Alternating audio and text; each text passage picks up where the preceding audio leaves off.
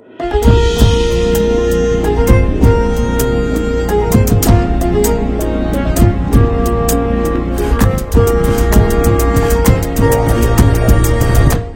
ለእናንተ ይሁን ውድ የፈታ ቤተሰቦች እንደምን ቆይታችኋል? የለተረቡ የረፋድ መረጃዎችን ከዚህ አስከትለን እናሰማለን። ዋና ዋናዎቹን በማስተዋወቅ እንጀምራለን። በትግራይ በታጣቂዎች የሰራዊቱ አባላት ተከታታይነት ያለው ተቃውሞን ተከትሎ የክልሉ ጊዜያዊ አስተዳደር ፕሬዝዳንት ሌተናል ጄኔራል ታደሰ ወረደ እንዲሁም የህወሓት ሊቀመንበር ደብረጽዮን ገብረ ሚካኤል ሰልፈኞችን ሰብስበዋል። የሰጡትን ማሳባለም ሰልፉ ከስብሰባው በኋላ ቀጥሏል። በሰራዊቱ አባላት የተነሱ ጥያቄዎች አሉ። በጄኔራል ታደሰና ደብረጽዮን ገብረ ሚካኤል በኩል የተሰጡ ምላሾች አሉ። ምን ተነሳ ምንስ ተባለ እንመለስበታለን። ኢትዮጵያ ተስፋ ያደረገችበት ንግግር ሳይሳካ ቀርቷል። ኢትዮጵያ ያለባትን የ$1 ቢሊዮን የቦንድ ዕዳዋን መልሳ ለማዋቀር ስታደርግ የነበረው ድርድር ያለ ስምምነት ተቋርጧል። ይህንን ተከትሎ አበዳሪ ቦንድ ያዦች ቡድን ህጋዊ እርምጃ ለመውሰድ አማራጮችን እፈትሻለሁ ብሏል። የሶማሊላንዱ ፕሬዝዳንት አብዱራህማን መሐመድ ትናንት ምሽቱን አዲስ አበባ ገብተዋል። የቀድሞው የሶማሊላንድ ፕሬዝዳንት ሙሳ ቢሂና ጠቅላይ ሚኒስትር አብይ አህመድ ባደረጉት ስምምነት ኢትዮጵያ ለሶማሊላንድ ሙሉ ዕውቅና እንደምትሰጥና በመተኮ ሶማሊላንድ ደግሞ በባህር ጠረፍ ወታደራዊ ቤዝ እንደምታከራይ የሚገልጽ ውል በአሁኑ የፕሬዝዳንቱ ጉዞ ውድቅ እንዳይሆን ጥብቅ ማሳሰቢያ ተሰጥቷል። ኤርትራ ግብጽ በሚገኘው ኤምባሲዋ በኩል ቀይ ባህርን በተመለከተ ማስጠንቀቂያ አውጥታለች። ኤርትራ ኢትዮጵያ በተመለከተ ይፋ ባደረገችው በዚህ መግለጫ ወረራ ሊፈጸምብኝ ነው ስትል እንደከሰሰች ተሰምቷል። በኦሮሚያ ክልል የተማሪዎችን የምገባ ቀለብ ዝርፊያ አስቸጋሪ ሁኔታ ላይ እንደደረሰ ተሰምቷል። ዝርፊያውን የሚያካሂዱት ታጣቂዎች ናቸው ተብሏል። በባህር ማዶ መረጃችን የአሜሪካው ፕሬዝዳንት ዶናልድ ትራምፕና የቱርኩ አቻቸው ረጀብ ጣይብ ኤርዶሃን የጣሊያኗን ጠቅላይ ሚኒስትር ጆርጂያ ሜሎኒን በተመለከተ የሰጡት አስተያየት እያነጋገረ ነው። ትራምፕ ሜሎኒን ቆንጆ ነሽ ብለው ሲያሞካሿት፣ ኤርዶሃን ትንባሆ ማጤስን አስቆምሻለሁ ሲሉ ተደምጠዋል። ፓኪስታንና አፍጋኒስታን በድንበር ወደ ግጭት እንደገቡ ተሰምቷል። ሁለቱ ሀገራት አንዳቸው ላይ በመደገፍ ያሰማሯቸው ታጣቂዎች በሚገኙበት ሄበር ፓክቱንኳ ግዛት ግጭቱ እንደተከሰተ የተሰማ ሲሆን ማክሰኞ ዕለት የተቀሰቀሰው ግጭት ወደ አጠቃላይ ጦርነት እንዳያመራ አስግቷል። ይህንን ጨምሮ በመግቢያ ያስተዋወቅናቸውን ጉዳዮች እየነገርን እናቆያችኋለን። አብራችሁን ሁኑ። ለዲያስፖራ በባንክ የቀረበ የቤት እድል ከዲኤምሲ ወር 40 ሺህ ብር ገቢ ካሉት 10% ብቻ ከፍሎ 60% ባንክ ሸፍኖሎት ቤቱን ይረከባሉ። ዲኤምሲ ሪል ስቴት ሁሉንም ቤት ሽጦ የመጨረሻውን ፔንታውስና ቅንጡ ሱቆችን ለሽያጭ አቅርቧል። ከ681 ሺህ ብር ጀምሮ በመክፈል ወዲያውኑ በ3 ቀን በዲኤችኤል ካሉበት ሀገር እናደርሳለን። ከ59 እስከ 295 ካሬ ፔንታውስ እንዲሁም ቅንጡ የንግድ ሱቆች ከ27 ካሬ ጀምሮ አዘጋጅተናል። መንደሩ በ65 ሺህ ካሬ ላይ ያረፈ ሲሆን ሁሉንም ያሟላ ነው። በአልሙኒየም ፎርምወርክ የግንባታ ጥበብ የሚገነቡ በመሆናቸው በአጭር ጊዜ ማስረከብ ዋና ግባችን ነው። እስከ 30% ልዩ ቅናሽም ተዘጋጅቷል። ዲኤምሲ ሪል ስቴት ስልክ 0988883434 0988885656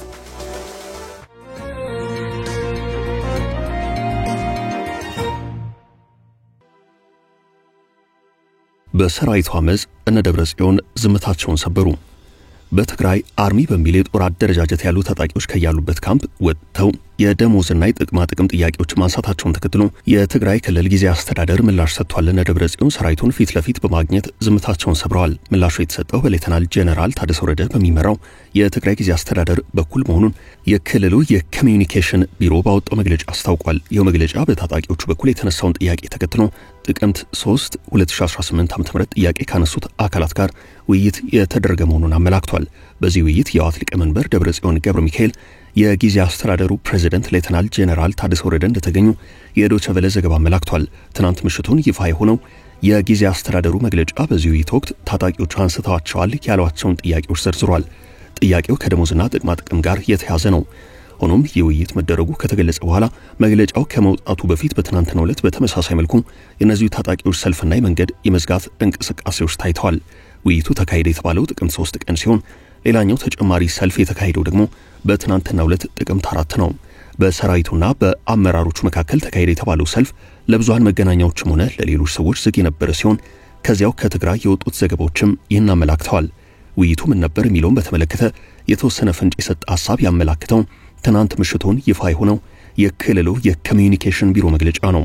ታጣቂዎቹ በዚህ ውይይት ወቅት ሁላችንም ታግለናል፣ በእኛ በኩል ማድረግ የሚገባንን ግዴታችንን ተወጥተናል፣ ከኛ የሚጠበቅብንን መስዋዕትነት ጭምር ከፍለናል፣ ለዚህ የሚያስፈልገንን ክፍያና ጥቅማ ጥቅም ማግኘት አለብን፣ አሁን እያገኘን ያለነው በኪስ ገንዘብ ደረጃ ነው፣ አሁን ካለው የኑሮ ሁኔታ አንጻር የደግሞ ሲገባ የሚባል አይደለም የሚል ጥያቄ ተነስቷል። ለታጣቂዎቹ ጥያቄ የተሰጠው ምላሽ ለተነሳው ጥያቄ ይሆናል የሚል ቀጥተኛ ምላሽ አይደለም። ያነሳችው ጥያቄ ተገቢና ትክክለኛ ነው።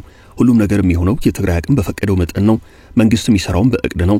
የተቻለንን ለማድረግ እንሞክራለን በሚል ስብሰባው ተጠናቋል። ውይይቱ መካሄዱ በተነገረበት ቀንና መግለጫው ከመውጣቱ በፊት መካከል በትናንትናው ዕለት ከመቀሌ ውጭ ባሉ በርካታ አካባቢዎች የታጣቂዎቹ ሰልፎች መካሄዳቸውን በትናንትናው ዕለት ሲወጡ የነበሩት መረጃዎች አመላክተዋል። ይህ በዚህ እንዳለ ትግራይን ማዕከል አድርገው የሚንቀሳቀሱ ተቃዋሚ ፓርቲዎች ድጋፋቸውን ለታጣቂዎቹ እያሳዩ እንዳለ ዶቼ ቬለ ዘግቧል። የደሞዝና ሌሎች ጥቅማጥቅሞች ጥያቄ በመያዝ ትናንት በመቀሌ የተቃውሞ ትዕይንት ያካሄዱ የትግራይ ኃይል የሰራዊት አባላት እስከ ማምሻው ድረስ መንገዶችን ዘግተው የዋሉ ሲሆን የተቃውሞ በሌሎች የትግራይ ኃይላት አባላት ቀጥሎ ዛሬ ከመቀለ ቅርብ ርቀት ባለችው አጉላን ጨምሮ በክልሉ ምስራቃዊ ዞን በርካታ ቦታዎች መንገድ ተዘግቶ እንደዋለ ትናንት አመሻሹን ዶቼ ቬለ ባሰራጨው ዘገባ አመላክቷል። ዘገባው አክል አድርጎም በተለይ በመቀለ ተቃውሞ ያካሄዱ ያሉ የትግራይ ኃይል የሰራዊት አባላት ትናንት ማምሻውን በሐውልቲ ሰማዕታት አዳራሽ ከክልሉ ከፍተኛ ባለስልጣናትና ከህወሓት መሪዎች ጋር ውይይት ያደርጉ ሲሆን ይህ ውይይት ለሁሉም ብዙሃን መገናኛዎች ዝግ የተደረገ ነው።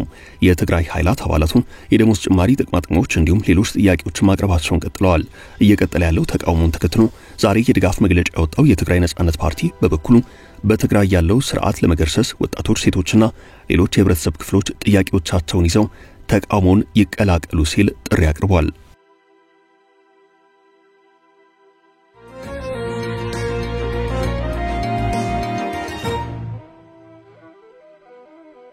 የመንግስት ጥብቅ ድርድር ሳይሳካ ቀረም። ዓለም አቀፍ አበዳሪዎች ወደ ህግ አማራጭ እያማተሩ ነው። ኢትዮጵያ ያለባትን የ$1 ቢሊዮን የቦንድ ዕዳዋን መልሳ ለማዋቀር ስታደርግ የነበረው ድርድር ያለ ስምምነት መቋረጡ ተሰምቷል። የኢትዮጵያ መንግስት በ2024 የፈረንጆቹ ዓመት መክፈል የነበረበትን ዕዳ አከፋፈልና ጊዜ እንዲሁም መጠን ለመወሰን የተደረገው ንግግር አልተሳካም። ከቁልፍ የቦንድ ባለቤቶች ቡድን ጋር የተደረገው ድርድር ያለ ስምምነት መጠናቀቁን ተከትሎ ቡድኑ ገንዘቡን ለማስመለስ የህግና ሌሎች አማራጮችን እያማተረ ነው ተብሏል። በኢትዮጵያ በኩል ግን ንግግሩ መልካምና የሚቀጥል ስለመሆኑ ነው የተነገረው። የኢትዮጵያ መንግስትና የዩሮ ቦንድ ያዥ ዓለም አቀፍ የግል ኢንቨስተሮች ቡድን የሀገሪቱን የ$1 ቢሊዮን ዩሮ ቦንድ መልሶ ለማዋቀር ከመስከረም 15 እስከ ጥቅምት 3 ድረስ ንግግር አድርገዋል። በውይይቱ በሁለት ወገኖች የቀረቡትን የመጨረሻ የዕዳ ማዋቀር ሐሳቦች መካከል ያለው ልዩነት ማጥበብ አልተቻለም። ይህን ተከትሎ የቦንድ ያዦች ቡድን የህግ እርምጃ መውሰድን ጨምሮ ሁሉንም አማራጮች እፈትሻለሁ በማለት ማስጠንቀቁን እነ ሮይተርስ ዘግበዋል። መንግስት ግን በድርድሩ ትልቅ እምርታ እንደተመዘገበ ሲናገር ተደምጧል። የገንዘብ ሚኒስትሩ አህመድ ሺዴ ድርድሩ በዚህ ጊዜ ሳይሳካ ቢቀርም ውይይቱ ወደፊት እንደሚቀጥል ተስፋቸውን ተናግረዋል። ሁለቱ አካላት በርከት ባሉ ጉዳዮች ቢስማሙም በሁለት ምክንያቶች ግን የሐሳብ ልዩነት ተፈጥሮባቸዋል። የሀገሪቱን የኤክስፖርት ሁናቴ በመመልከት ዕዳው ወደፊት በምን መልኩ ይከፈል የሚለው ዋነኛው ያላስማማ ነጥብ ነው። ኢትዮጵያና አበዳሪዎቿ በትልልቅ ቁጥሮች ላይ ተስማሙ ሲሆን ከዋናው ዕዳ 15 በመቶ ቅናሽ ተደርጎ $850 ሚሊዮን እንዲከፈል ተግባብተዋል። ቀጣይ የሀገሪቷ ዕዳ መክፈያ የመጨረሻ ቀነ ገደብም እንደ ፈረንጆቹ የዘመን አቆጣጠር በ2029 ጁላይ 15 ቀን እንዲሁም በሚለው ኢትዮጵያና አበዳሪዎቿ ተቀራርበው ነበርም። ኢትዮጵያ ዕዳዋን የምትከፍልበት ወለድ አሁን ካለው መጠን ብዙም ሳይርቅ በ6.125 በመቶ እንዲሆን መግባባት ላይ ተደርሷል። ሳይከፍሉ ላለፉ 3 ክፍያዎች የ$99.375 ሚሊዮን ወለድ እንዲታሰብም ስምምነት ተደርጎ ነበርም። ሆኖም ቁልፍ ልዩነቶች የታዩት የእሴት መልሶ ማግኛ መሳሪያ ቫልዩ ሪከቨሪ ኢንስትሩመንት ወይንም የኪሳራ ቅነሳ ውሎች ዙሪያ ነው።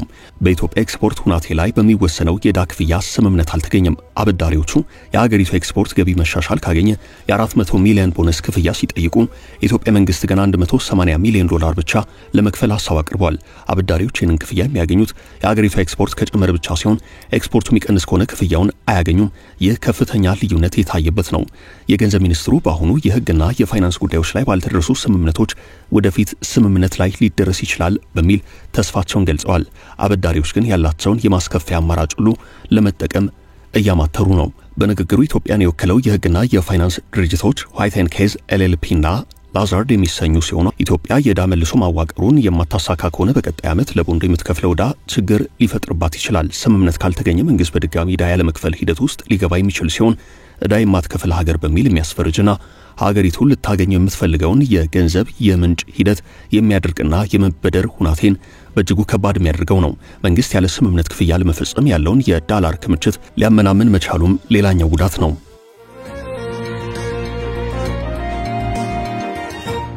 በፕሬዝዳንቱ የአዲስ አበባ ጉዞ የወደቡ ማሳሰቢያም የሶማሌላንዱ ፕሬዝዳንት ትናንት ምሽቱን አዲስ አበባ ገብተዋል። ነፃ ሀገርነቷን ያወጀችው የሶማሌላንዱ ፕሬዝዳንት አብዱራህማን መሐመድ አብዱላሂ የካቢኔ አባላትን ይዘው ነው ትናንት ምሽቱን አዲስ አበባ የገቡት። ሶማሊያ የግዛቷ አካል አድርጋ የምትመለከታት የሶማሌላንዱ ፕሬዝዳንት ወደ ኢትዮጵያ ማምራታቸው የተነገረው የሶማሊያው ፕሬዝዳንት በአዲስ አበባ ጉብኝት ካደረጉ ከአንድ ቀን በኋላ ነው። ፕሬዝዳንት አብዱራህማን መሐመድ አብዱላሂ ወደ አዲስ አበባ ሲሄዱ ሀገራቸው ከኢትዮጵያ ጋር አወዛጋቢ የተባለ የወደብ ስምምነት ከተፈራረመች በኋላ በአዲሱ የሀገሪቱ መሪ የተደረገ የመጀመሪያ ጉዞ ነው። የፕሬዝዳንቱ የአዲስ አበባ ጉብኝት የሶማሊያው ፕሬዝዳንት ሐሰን ሼህ መሐመድ አዲስ አበባን ጎብኝተው በተመለሱ በኋላ የተሰማ ነው። ሐሰን ሼህ መሐመድ እሁድ ዕለት ከጠቅላይ ሚኒስትር አብይ ጋር በሁለትዮሽና ቀጠናዊ ጉዳዮች ላይ መነጋገራቸው ብቻ የተሰማ ሲሆን ስለ ውይይታቸው ዝርዝር መረጃ አልወጣም። የሶማሌላንድ ብዙሃን መገናኛዎች ፕሬዝዳንት አብዱራህማን መሐመድ አብዱላሂ ከኢትዮጵያ ውጭ ጉዳይ ሚኒስትር ጌዲዮን ጢሞቴዎስ ጋር በአዲስ አበባ መክረዋል ሲሉ በምስል አያይዘው መረጃውን አጋርተዋል። ማክሰኞ ጥቅምት 4 2018 ረፋድ ላይ ከሀርጌሳ በተነሳ የኢትዮጵያ አየር መንገድ አውሮፕላን ላይ ሲሳፈሩ የታዩት የሶማሌላንዱ ፕሬዝዳንት የአዲስ አበባ ጉዞ በተመለከተ እስካሁን ከኢትዮጵያ መንግስት በኩል የተባለ ነገር የለም። ይህ በዚህ እንዳለ የሶማሌላንድ ተቃዋሚ ፓርቲ የሆነው የሶማሌላንድ አንድነትና ልማት ፓርቲ ይፋ ባደረገው መግለጫ ከዚህ ቀደም የነበሩት የሶማሌላንድ ፕሬዝዳንቶች በሙሉ ከኢትዮጵያ የሚቀርብላቸውን ግብዣ የሚቀበሉት ስልጣን ላይ በወጡ በአንድ ወራቸው ነበር ካለ በኋላ ፕሬዝዳንት አብዱራህማን ኢሮ ከኢትዮጵያ መንግስት የቀረበላቸውን ግብዣ በ10 ወራቸውን ቢሆን መቀበላቸውን እንደሚደግፍ አስታውቋል። ሲቀጥልም በሶማሌላንድና በኢትዮጵያ መካከል ያለው የጸጥታ የንግድና የማህበራዊ ኢኮኖሚ ግንኙነት የላቀ መሆኑን ጠቅሶ ሁለቱ ሀገራት ግንኙነታቸውን ከዕለት ወደ ዕለት እያሳደጉት ነው ብሏል። ጨምሮም ይህ ግንኙነት በሁለቱ ሀገራት መካከል አንድ የመግባቢያ ስምምነት ላይ እንዲደረስ ማስቻሉን አስረድቷል። መግለጫው ይቀጥልና የቀድሞ የሶማሌላንድ ፕሬዝዳንት ሙሴቪና ጠቅላይ ሚኒስትር አብይ ባደረጉት ስምምነት ኢትዮጵያ ለሶማሌላንድ ሙሉ ዕውቅና እንደምትሰጥና በምትኩ ሶማሌላንድ ደግሞ በባህር ጠረፍ ላይ ወታደራዊ ጦር ሰፈር እንደምትከራይ የሚገልጽ ውል መፈጸሙን ጠቅሷል።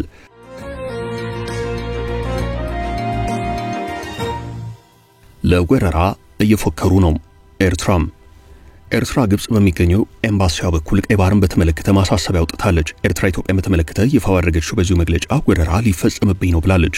በግብጽ ካይሮ የሚገኘው ኤርትራ ኤምባሲ ኢትዮጵያን በተመለከተ በተከታታይ የተቃውሞ መግለጫዎችን ይፋ በማድረግ ላይ ሲሆን ትናንት ምሽቱን ባጋራው መግለጫ ኢትዮጵያ በተስፋፊነት አካሄድ ወረራ ልትፈጽም ነው ብሏል። ኤምባሲው የቼክ ሪፐብሊክ ከፍተኛ ባለስልጣንን ተቀብሎ ባነጋገረበት ወቅት ነው ይህንን ወቀሳ ያሰማው። የቼክ ሪፐብሊክ ፖሊሲ ኦፊሰር ሉሲዮ ስታፓንኮቫን ተቀብሎ ማነጋገሩን የገለጸው በካይሮ የሚገኘው ኤርትራ ኤምባሲ ኢትዮጵያን የአፍሪካ ቀንድ በተመለከተ አሁናዊ ሁናቴን በግልጽ አስረድቷል። ኤርትራ ልትወረኝ ነው በሚል ኢትዮጵያ ክስ አቅርባለች ሲል የገለጸው ይኸው መግለጫ ይህም ሆን ተብሎ የተደረገና ለማዘናጊያ ወደፊት የቀረበ ነው ብሎታል። በግብጽ ኤርትራ ኤምባሲ ያክሎም ጠቅላይ ሚኒስትር አብይ አህመድ ውስጣዊ የፖለቲካ ችግሮችን በውጭ ጉዳዮች ለመሸፈን እየሄዱበት ያለው መንገድ አደገኛ ነው ብሎታል። በካይሮ የሚገኘው የኤርትራ ኤምባሲ ከዚህ ቀደም በተመሳሳይ በይፋ የፌስቡክ ገጹ ባሰፈሩ ጽሑፍ ኢትዮጵያ በቀይ ባህር የባህር በር ማግኘት አለባት በሚል በጠቅላይ ሚኒስትር አብይ አህመድ የተላለፈው መልእክት ከፖላንድ አምባሳደር ጋር በተደረገ ውይይት መነሳቱን ገልጾ ጉዳዩ ውጥረት የሚያባብስ አሳሳቢ ነው ሲል ማመልከቱ የሚታወስ ነው።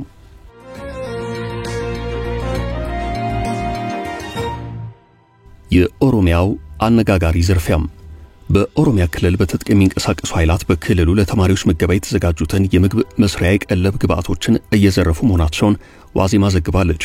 በዚሁ ዘገባ በክልሉ በአንዳንድ ትምህርት ቤቶች ለተማሪዎች ምገባ መርሃ ግብር የሚዘጋጀው ምግብ የታጠቁ ኃይላት በተደጋጋሚ እንደሚዘርፉት ተመላክቷል። ዘገባው ድርጊቱ ይፈጸምባቸዋል የተባሉትን ቦታዎች ጠቅሷል። የዚሁ ዘረፋ ኢላማና ሰለባ ከሆኑት ትምህርት ቤቶች መካከል የሰሜን ሸዋ ዞን ያያ ጉለሌ፣ ደገም፣ ኩዩ፣ ወረጃ አርሶ፣ ደብረ ሊባኖስና ዋጫሌ ወረዳዎች ይገኙበታል። የው ዘገባ አክሎም እስካሁን ባለው ሁናቴ ታጣቂዎቹን ድርጊት ለማስቆም ጥረት ያደረገ መንግስታዊ አካል እንደሌለ አመላክቷል። በተለይም ደግሞ በያያ ጉለሌ ወረዳ የሚያስተምሩ መምህራን በዚሁ ዝርፊያ ሳቢያ ምገባው ተቋርጦባቸዋል ተብሏል።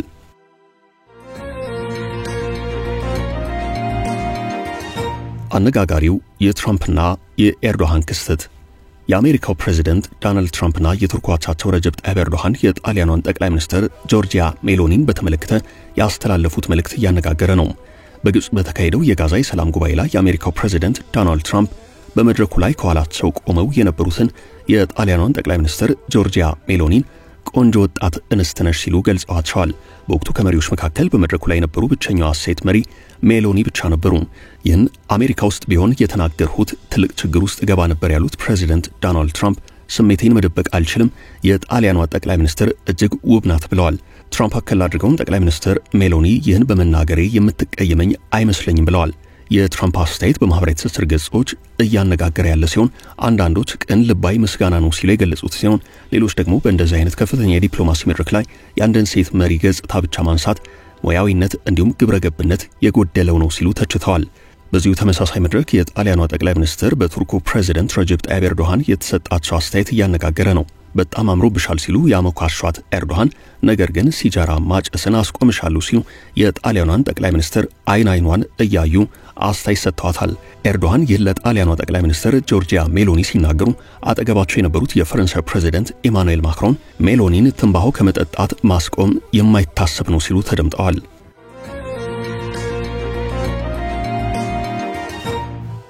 በመጨረሻም የፓኪስታንና አፍጋኒስታን አሳሳቢው ግጭት በሳምንቱ ማክሰኞ ዕለት የተቀጣጠለው ግጭት መቀጠሉ ተሰምቷል። ፓኪስታንና አፍጋኒስታን በድንበር ወደ ቀጥታ ግጭት ገብተዋል። ሁለቱ ሀገራት አንዳቸው ሌላኛቸውን በመደገፍ ያሰማሯቸው ታጣቂዎች በሚገኙበት ሃይበር ፓክቱንኳ ግዛት ግጭት ውስጥ ገብተዋል። ማክሰኞ ዕለት የተቀሰቀሰው ግጭት ወደ አጠቃላይ ጦርነት እንዳያመራ ያሰጋ ሆኗል። ፓኪስታን የታሊባን መንግስት አመፀኞችን አሰልጥኖ ያሰማራብኝ ነው ስትል ክስ አሰምታለች። አፍጋኒስታን ውስጥ የሰለጠኑ ታጣቂዎች ወደ ድንበሯ በመግባታቸው ግጭቱ መፈጠሩ ነው የተሰማው። ታሊባን በአንጻሩ የፓኪስታን ኃይላት የአፍጋን ሉዓላዊነትን ጥሷል ብሏል። በሁለቱ ሀገራት ለግጭት ምክንያት የሆነው ድንበር የዱራንድ መስመር የሚሰኝ ሲሆን ላለፉት 10 ዓመታት የግጭት ስፍራ ሆኖ ቀጥሏል።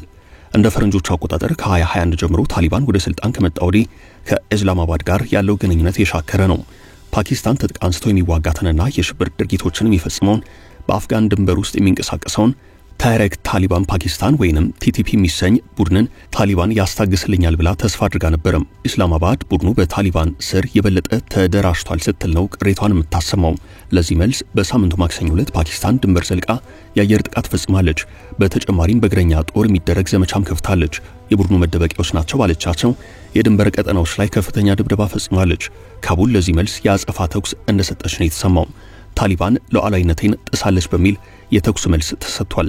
በአመቱ በሁለቱ ሀገራት 3 አካባቢዎች ግጭት የነበረ ሲሆን ይህንኛው ግን ጫን ያለ ነው።